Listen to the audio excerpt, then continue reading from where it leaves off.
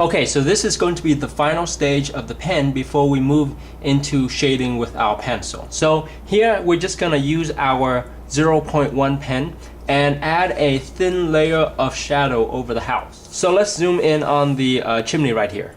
Okay, so with the chimney, since the light is coming from the left, the right hand side of the chimney is going to be in shadow. So I'm just going to take my pen and using a very quick diagonal stroke, I'm going to put a layer of shadow on this side here.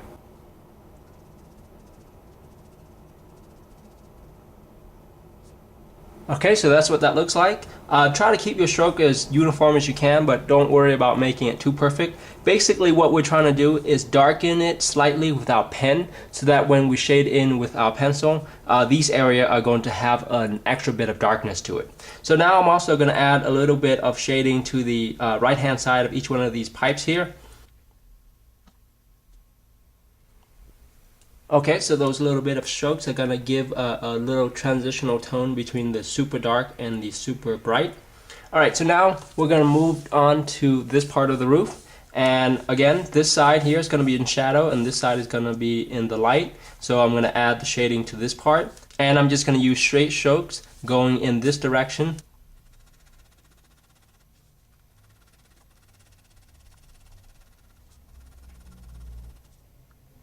Okay, so now moving on to this part of the house. So I'm gonna do the same thing for this area right here.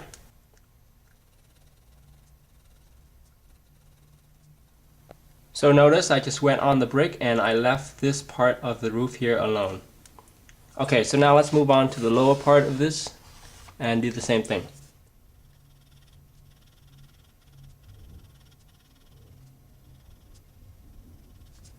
And we'll also add some of that shading to this little bit of roof right here as well. Be careful to stay out of the bushes.